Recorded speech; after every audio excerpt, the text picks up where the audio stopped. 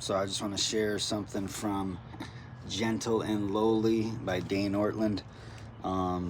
Right now he's talking about John 6:37, where Jesus says, "Whoever comes to me, I will never cast out. Whoever comes to me, I will never cast out." Another, the Amplified Version says, "I will never reject anyone who follows me." So right here in the book he writes, "There is a mountain of consoling theology packed into this single verse.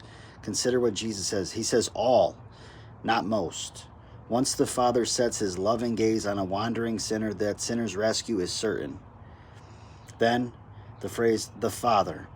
Our redemption is not a matter of a gracious son trying to calm down an uncontrollably angry father. The Father himself ordains our deliverance. He takes the loving initiative. Then the word "gives," not haggles over. It is the Father's deep delight to freely entrust rebels into the gracious care of his Son. God's saving purpose for a sinner is never thwarted. He is never frustrated. He never runs out of resources. If the Father calls us, we will come to Christ. And whoever comes, yet we are not robots. While the Father is clearly the sovereign overseer of our redemption, we are not dragged, kicking and screaming into Christ against our will. Divine grace is so radical that it reaches down and turns around our very desires. Our eyes are open. Christ becomes beautiful. We come to him, and anyone, whoever, is welcome. And then the phrase "comes to me."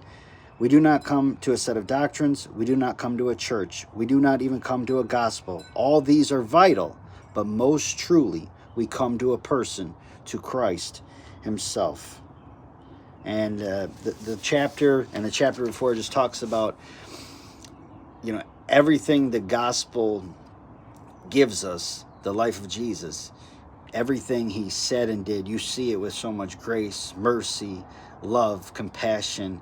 And even Jesus, when he described his own heart in Matthew 11:28, the whole "come to me, all who are weary and heavy laden, I'll give you rest for your souls."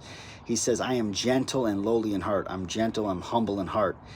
A gentle God, a gentle Savior. And that's how he handles us. Not as harsh, not as angry, not as mean, not as condescending, but a gentle God willing to uplift us, wanting to uplift us, no matter how far we've fallen, no matter what we've done.